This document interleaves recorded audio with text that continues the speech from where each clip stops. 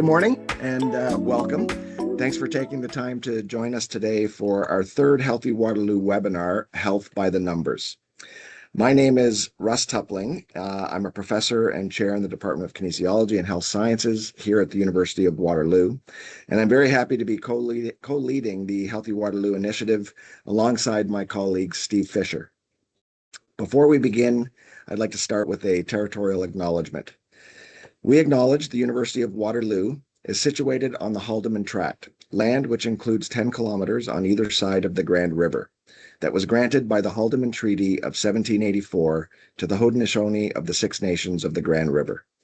The land inside and surrounding the Haldimand Tract is the traditional territory of the Attawandaron, the Anishinaabe, and the Haudenosaunee. Our active work toward reconciliation takes place across our campuses through research, learning, teaching, and community building, and is coordinated within the Office of Indigenous Relations. Thank you. In that spirit of respect, responsibility, and care for one another, I'd like to briefly share the vision behind Healthy Waterloo. At its core, Healthy Waterloo is about reimagining what it means to be a healthy campus and community by focusing on prevention, working across disciplines and sectors, and redesigning systems so that health and well-being are built into everyday campus life.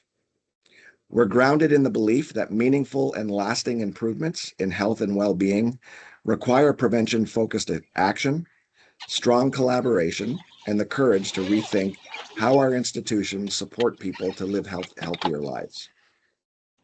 Today's webinar is part of our Healthy Waterloo webinar series, which is designed to build shared understanding and momentum as we move from ideas to data to action. Our first webinar featured Paul Bourne, who introduced the principles of collective impact. The second webinar focused on community asset mapping, where we explored the strengths already present across our campus and community. And today's session, Health by the Numbers, takes us into the data, helping us clearly define the challenges that we're trying to address and better understand what healthy actually looks like at the University of Waterloo. And then we'll conclude this series on February 12th with Healthy Waterloo in Action, case study review, where we'll explore best practices and real-world campus case studies. Just a quick note that these webinars are being recorded and will be available on our website, so feel free to revisit them or share them with colleagues at healthywaterloo.ca. Today's session, Healthy Waterloo from Data to Action, asks a simple but powerful question. What do the numbers tell us about health and well-being on campus? And how can we use that information to guide meaningful change? I'm very pleased to introduce our speaker, Jana Carson. As a member of the Healthy Waterloo formation team, Jana has been engaged in Healthy Waterloo from the beginning and brings a strong shared commitment to the health and well-being of our community. Jana is the Senior Manager, Evaluation and Accountability in Institutional Analysis and Planning at the University of Waterloo. In her role, she supports evaluation and accountability activities across the university, including indicator development and reporting, institutional survey administration, non-academic survey review, and the collection and reporting of socio-demographic data for our campus community. Jana brings a deep understanding of how data can inform decision-making and how evidence can be translated into action. We're very fortunate to have her with us today. So before I hand things over to Jana, just a quick note on questions and engagement. If questions come up as Jana is speaking, please feel free to use the Q&A function at any time. I'll help curate those questions, and then we'll ask Jana to respond once she's wrapped up her formal presentation. We really do value engagement because your input helps make this conversation richer for everyone. So please don't hesitate to share your questions and comments. With that, I'm delighted to turn things over to Jana Carson for Health by the Numbers. Okay, can everybody see the first slide there? We can see it. Okay. Looks great. Great. I'm excited to be here to give this presentation on student health data at Waterloo. This presentation was prepared by Institutional Analysis and Planning in collaboration with Campus Wellness, Athletics and Recreation, and the Statistical Consulting and Survey Research Unit. I'd really like to start by thanking the team that helped prepare the presentation. So Anna, Rohem, Carrie, and Shona from my team, Donna from Athletics and Recreation, Robin, Melissa, and Sean from Campus Wellness, and Hannah from the SCSRU. In terms of the agenda for today, this presentation is going to be focused on student health data. We are really hoping to present some employee data eventually, but we just don't have the same depth in terms of what we know about our employees' health yet, and that's an area for us to work on. The data that we have for employees, which is typically engagement data, relates to their relationship with Waterloo rather than health-related experiences at Waterloo. This presentation draws from a number of different sources on our students, but also primarily surveys, but also some of our own internal data. We're going to start with some Waterloo context. So what does our Waterloo community look like, and what's the environment in which we're considering this project, Healthy Waterloo? And then we'll take a look at students' overall experience at Waterloo, their academic experience, and then overall student well-being. Finally, we'll summarize our thoughts on what we know and don't know and where we think we can go next. So I'm going to start with a little bit of context about our student community. And we can think about our student community along several different slices. So we can think about them in terms of the split between grad and undergrad students, by co-op and regular students, full-time and part-time, and by visa status. And so what we see on this slide here is when we look at students by grad, undergrad, 85% of our students are undergrad students and 15% of them are grad students. When we look at our system of study, so that's our co-op regular split, we see that 65% of our students are co-op students and about 35% of them are non-co-op students. Most of our students are full-time students, so 94%. About 6% of our students attend the university part-time. And in terms of our domestic international split, this is for overall, so this includes grad and undergrad students. We have 84% of our students Canadian students and 16% international. And that split is a little bit different depending on whether you're looking at grad and undergrad, but what we've presented here is the overall numbers.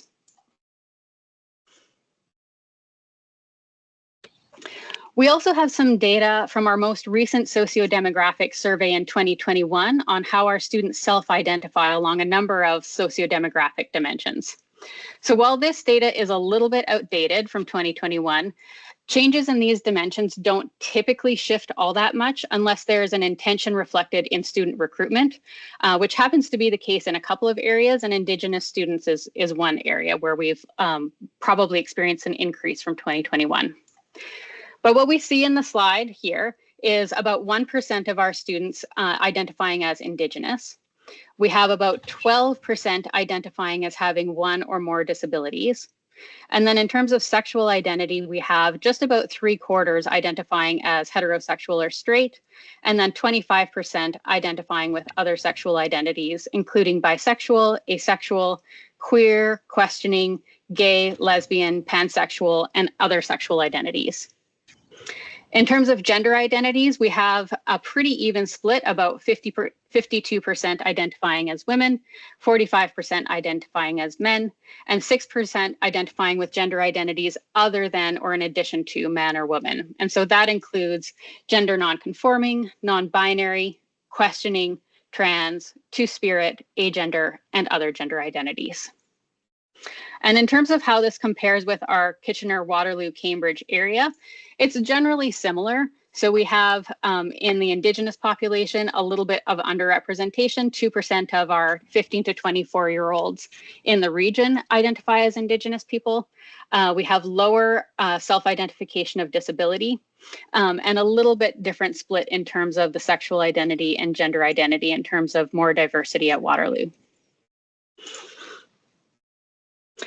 In terms of racial identities, we're looking at about 65% of our students identifying as racialized people. So we have 38% identifying as white, 29% identifying as East Asian, 19% South Asian, 7% Middle Eastern, and 5% Black. And this compares relatively well with the overall community. So Waterloo has a higher proportion of East Asian and Middle Eastern students than the KW community, but other groups are generally similar.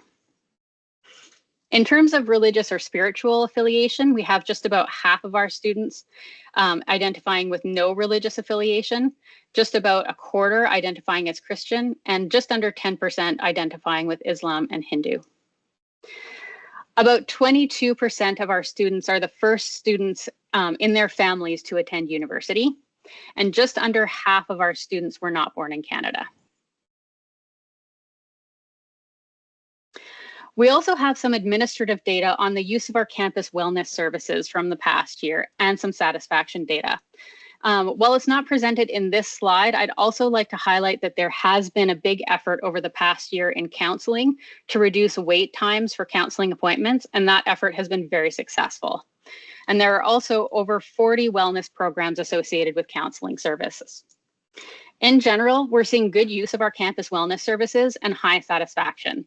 So over 8,000 clients in health services, just under 500 in psychiatry, and over 3,000 counseling services, with an average of 4 appointments per client in health services, 2 in psychiatry, and 6 in counseling services.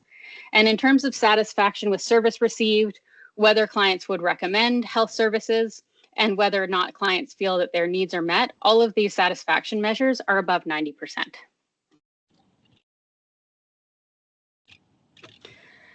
Now that we have some overall context, we're going to look at the student experience from 3 different lenses. We're going to look at their overall experience, we're going to take a look at academic experience, and then student well-being.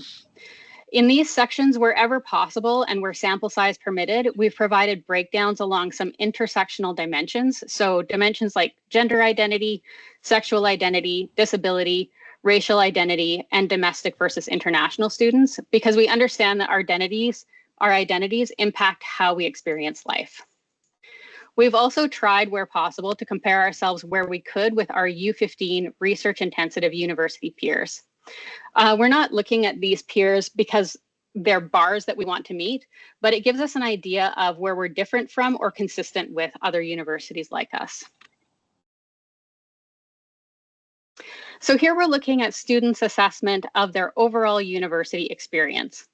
And we've shown the overall Waterloo results as the yellow vertical bar, so that's 79%, and the various different dimensions in the gray horizontal bars. This question is from our National Survey of Student Engagement, which goes out to first year and graduating year students every 3 years and asks about their overall university experience. And what we find here is that persons with disabilities and who identify as racialized identities would rate their overall experience a little bit lower. So student satisfaction with overall experience is lower for those with a racialized identity. You can see those bars, those gray bars that are below the yellow line, have a disability or are Indigenous. We also ask students using the National Survey of Student Engagement whether they feel comfortable being themselves at Waterloo. And what we found here was that individuals who self-identify as having a disability and Indigenous students are less likely to report being comfortable than all Waterloo students. And what we find in general is that those communities that struggle in the overall broader community continue to struggle when they come to university.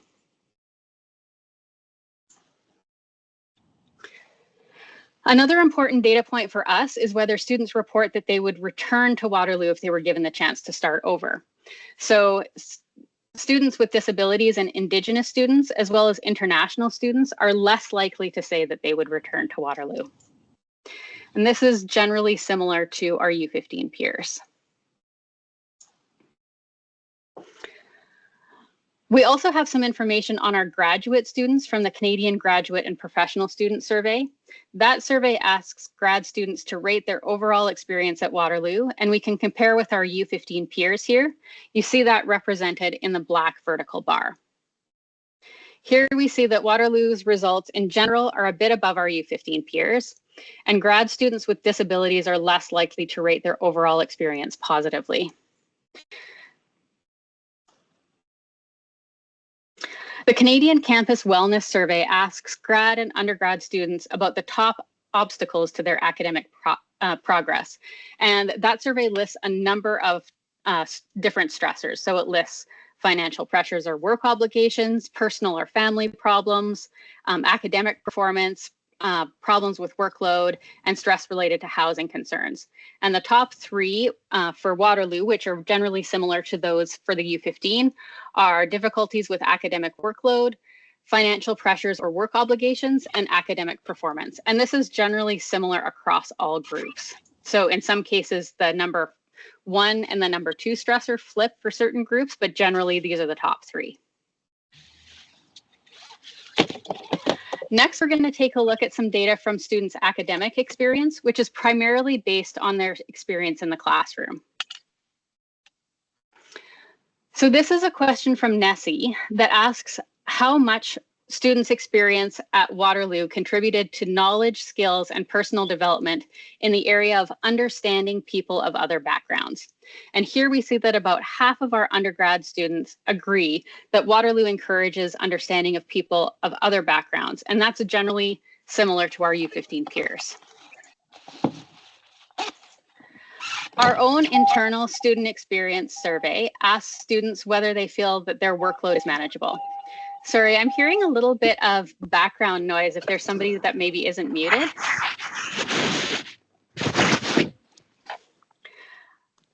Okay, I'll just start over on this slide. Our own internal student experience survey asks students whether they feel their workload is manageable.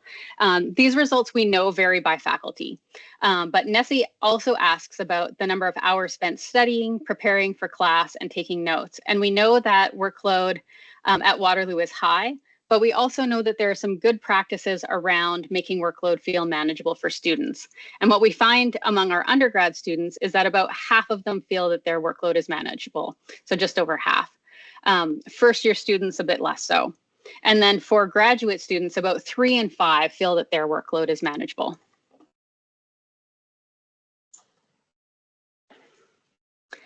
Nessie and our student experience survey both ask whether students feel that they belong at Waterloo.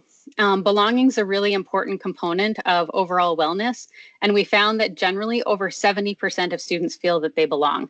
This is similar to our U15 peers, and we find similar results through our own internal survey.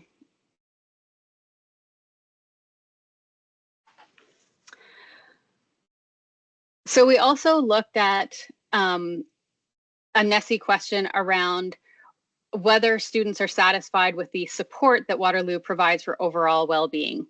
And we found that students who self-identified as Indigenous and international students are more likely to feel satisfied with the university's emphasis on providing support for overall well-being.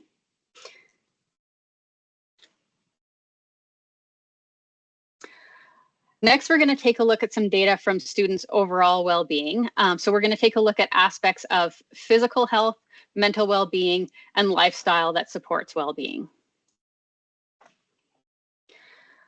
So again, going back to the Canadian Campus Wellbeing Survey data, we can get a sense of specific healthy behaviors in students. And what we found for physical activity is that the majority of our students meet the Canadian guidelines for physical activity and participate to some degree in athletics and recreation.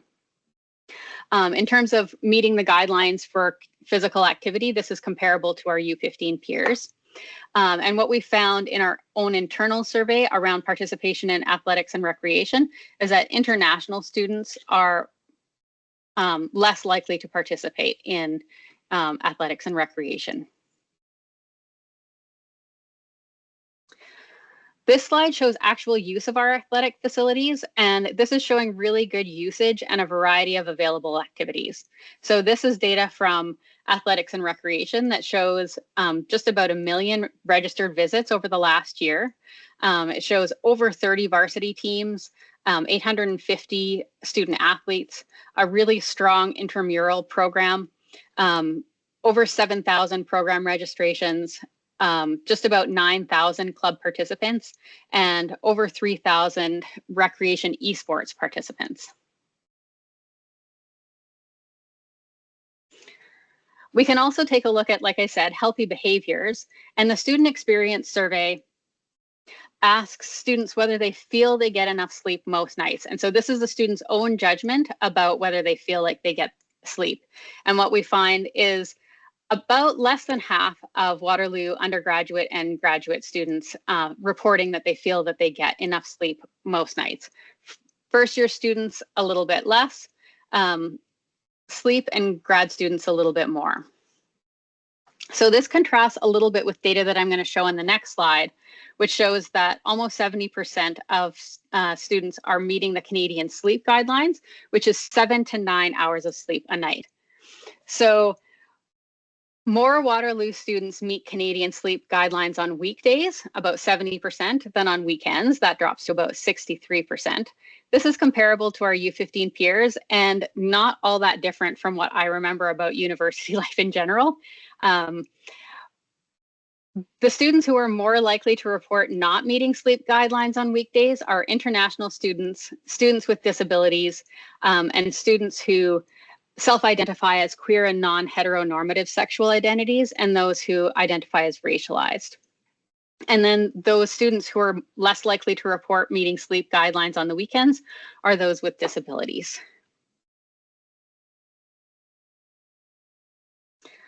The student experience survey asks about time for self-care, and the examples in the survey that we give are self-care items around showering, having time to exercise, for meditation, for healthcare appointments, that kind of thing. And so when we ask that question for undergrad students, what we find is about 6 out of 10 report that they have time for self-care, and about half of our grad students report that they have time for self-care. The Canadian Campus Wellness Survey also asks a series of questions to assess mental well-being. So this isn't a clinical scale, but it asks about feelings and functioning aspects of mental well-being over the past 2 weeks in the survey. And so the survey questions are questions like, I've been feeling optimistic about the future. I've been feeling useful. I've been feeling relaxed. I've had energy to spare. I've been thinking clearly, and I've been feeling good about myself. A series of questions that are then binned into high, medium, and low mental well-being. And what we find is that about 30% of Waterloo students report having low mental well-being, and this is comparable to our peers. The students who are more likely to report low mental well-being are those who have disabilities and those who identify as queer or non-heteronormative sexual identities.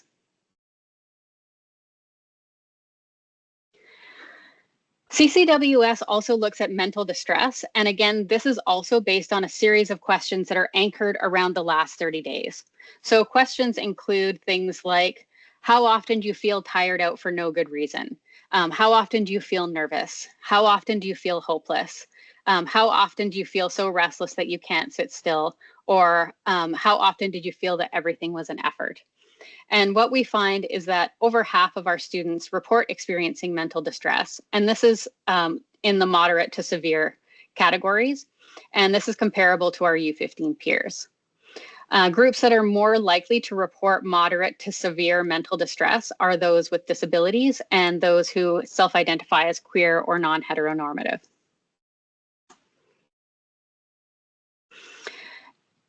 In terms of social support, this again is based on a series of questions. And some of those questions are around things like, I have close relationships that provide me with a sense of emotional security and well-being. There's someone in my life that I can talk to about important decisions in my life. I have relationships where my competence and skill are recognized, and I feel part of a group who share people who share my attitudes and beliefs. And we find that about half of Waterloo students report having high social support, and this is again comparable to our peers. Groups that are more likely to report lower levels of social support are international students and students identifying as having disabilities. In the area of potentially addictive behaviors, CCWS asks about alcohol and cannabis use and uses a series of questions that classify students into categories of risk for alcohol use. So for alcohol use, we have just over half of our students falling into the no risk category for alcohol consumption. And in terms of cannabis use, we have about 70% indicating that they have not used cannabis in the past 6 months.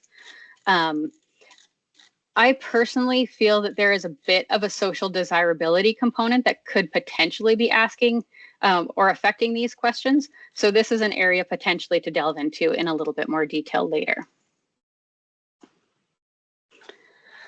We can also look at pain reliever and stimulant use. And what we see is that in the past year, about half of all Waterloo students reported using prescription pain relievers. So that excludes over-the-counter drugs like Tylenol or Motrin. And about 6% of all Waterloo students use stimulants. And what we found here was that of the students who answered yes to using pain relievers, about 8% used them for reasons other than pain relief, and about 70% indicated that none of the pain relievers that they used were prescribed to them. So that's a bit of a red flag. And in terms of those who use stimulants, 30% used for reasons other than the recommended use, and 17% said that none of the stimulants were prescribed to them. And reasons given for using stimulants would include cramming for exams, to decrease appetite, and to pull an all-nighter for a project. Food insecurity is also assessed in the CCWS using a series of questions about hunger and ability to access food. Our internal student experience survey also asks about use of on-campus food services. And so for the CCWS, there's an 18-item household food security survey that showed us that about 14% of all Waterloo students report being food insecure, and that's similar to our U15 peers. Among the Waterloo students that say they're food insecure, about half of them are not experiencing hunger, but about 10% of those who say that they're food insecure report experiencing severe hunger. In terms of use of on-campus food services, what we find is that just about 20% of all undergraduates use the on-campus food services often or always, and that proportion is higher among our international students, just over 25%. Among grad students, about 4% of grad students report using the on-campus food support service, and over 10% of our international grad students report using it. Our student experience survey also asks about students' housing security. And what we find here is among grad students, about 6% indicate that they never or sometimes have stable housing. This proportion is almost 10% among international undergrad students. And for grad students, just under 10% indicate that they have stable housing sometimes or never. And that proportion increases for our international grad students to about 13%.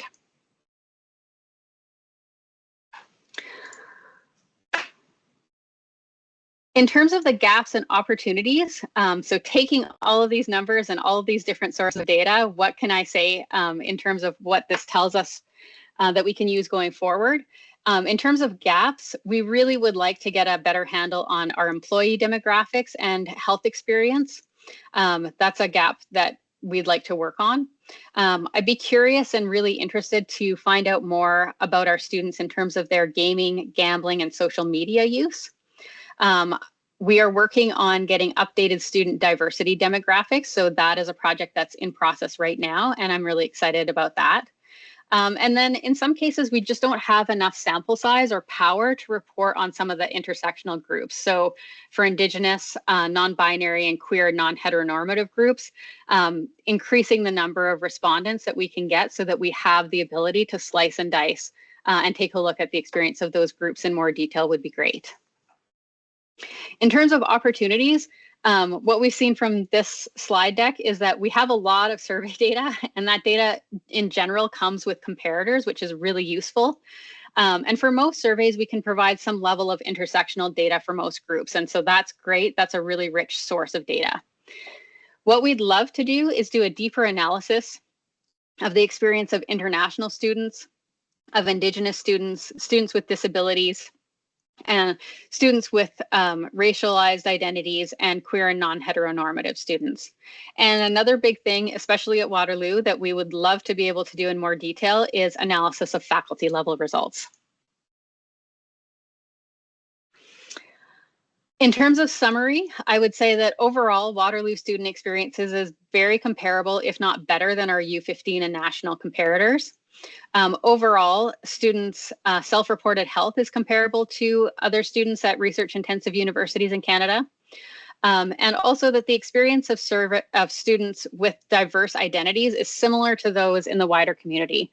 That doesn't mean that we don't still want to explore opportunities to better serve these groups, but they're facing similar barriers as they would in the wider community.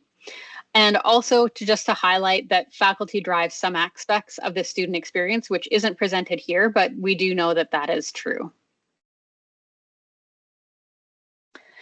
In terms of what's next, as Russ said at the beginning of the presentation, the next webinar for the Healthy Waterloo webinar series is coming up on February 12th. We'd love it if you could join us for that. We would love to further explore more robust employee data, and there is a Canadian Campus Wellness Survey data that can go out and is designed for employees, so that's potentially something for us to consider as a university. I would also like to acknowledge the value of Waterloo's student survey efforts. The reason that we're able to present this data is because we go back to the students, we tell them how we use the data, we encourage them to support these efforts by encouraging them to participate and submit their data, and make them aware of these surveys when they're being administered. I think we also have some opportunities to build and enhance and use administrative data. That could be a potentially really rich data source. And we'd also like to dive deeper into our intersectional data. So I'm going to stop here and say thank you so much for your time and attention over the last probably 30 minutes, and see what questions you have. Yeah, thanks so much, Jana. That was an incredibly clear and thoughtful overview, and I think a great example of how data can help us better understand both where we are, where we're at, and where we might focus our efforts moving forward. Lots resonated with me, and I'm sure with folks on the call. I thought your insights into gaps and opportunities were great and can help us move forward. Maybe link some underlying causes and areas for targeted interventions to help move the needle on the data. So we're now moving into the Q&A portion of the session. Feel free to use the Q&A to type in your chat, and we'll get to your questions. But of course, you can always, if you'd like to raise your hand, and if you'd like to turn on your camera, you can ask a question directly for Jana. So while folks are thinking about their questions or typing them in, I'll get us started off here with one or two questions of my own, and then we'll continue to weave in audience questions as they come in. I don't see any hands at the moment. So, Jana, maybe we'll just start with this one. From the data you've shared today, what does it tell us about the core health and well-being challenges that we're really trying to understand and address at the University of Waterloo? Yeah, so from the data shared today, I would say in large part, it's really good validation on topics that we're already hearing from our students about in other venues. So in the area of food and housing insecurity, we know that that's a broader conversation within the community, and seeing it reflected in our survey results just validates that, these experiences are real for our students.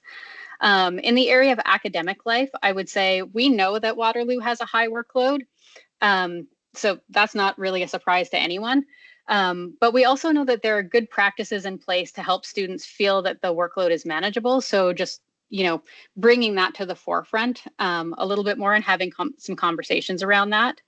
And in the general student well-being area, I would say, again, the groups that experience barriers in the wider community also experience those barriers at university. And so it's just an opportunity to further see how we can support those groups and make sure that they can fully participate in campus life. Yeah, that's great. Thanks. That's really helpful. Uh, Maybe I'll just ask another question, Jenna. How do you see this kind of institutional data being most effectively used to support decision making? We want to move from data to action, really inform our community plan over the next 5 years. Um, so how do you see that happening as initiatives like Healthy Waterloo move forward? For sure. And I would say that lots of this data is used in different processes at the university already. But for this project in particular, I would say it's an invitation to start to track some of this data in a meaningful way. And hopefully it can support conversations that lead to action and real change. So some of these are big challenges. And so for us to really move the needle, we need um, a coordinated response in many areas of the institution and like some kind of difficult, real conversations. So I'm excited about that opportunity. Yeah, that's really interesting. And I mean, maybe just to take that one step further, is there a key takeaway that you'd want decision makers or campus leaders to keep in mind with that insight, to really move the needle? Um, I think faculties are already working on this, but I would say because academic life affects so much of student life in general, taking a look at the workload question and how that workload can be managed, what we can do to ensure that, for example, assessments are aligned with course content. There's some really, really great good practices that even though the workload is high at Waterloo, can help students feel empowered and that they can manage that workload and still succeed. That's great. Thanks, Jenna. Thanks so much. This has been a really valuable session. I want to thank everyone else as well who joined us today and contributed your questions. Um, if we missed some of the questions in the chat, or if you have other questions, please reach out. We'll be happy to connect with you and continue the conversation offline. As a reminder, this webinar is part of the Healthy Waterloo series, and we invite you to join us for our final session, Healthy Waterloo in Action, Best Practices and Campus Case Studies, which is scheduled for Thursday, February 12th from 1 to 2 p.m. If you're here, you should have received an invitation to that webinar already.